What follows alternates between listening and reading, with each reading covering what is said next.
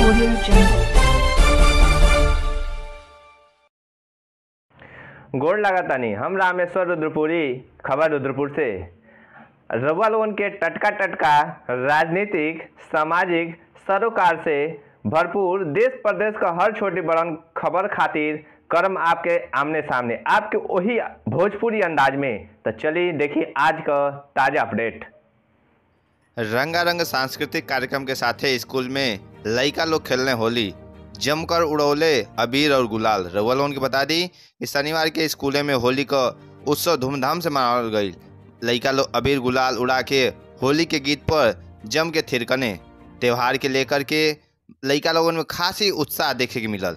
क्षेत्र के ग्राम फतेहपुर कुसमी में स्थित सनशाइन अपेक्स पब्लिक स्कूल के स्टाफ और लड़का लोग जम करके मस्ती करने, एक दूसरा के अबीर गुलाल लगा के बधाई देने। इस दौरान सांस्कृतिक कार्यक्रम का भी आयोजन कल गई, जहाँ लड़का लोग विभिन्न प्रकार के होली गीतन पे थिरकत नजर आईने। प्रधानाचार्य कनकलता जी लड़का लोगन के मिठाई खिला के बधाई देले रहनी।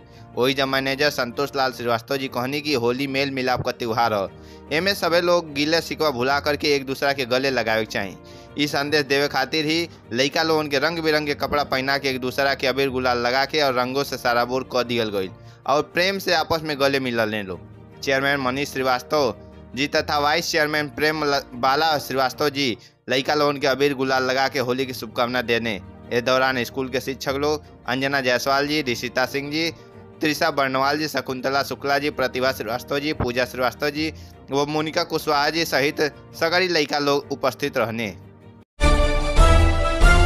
Audio Jungle।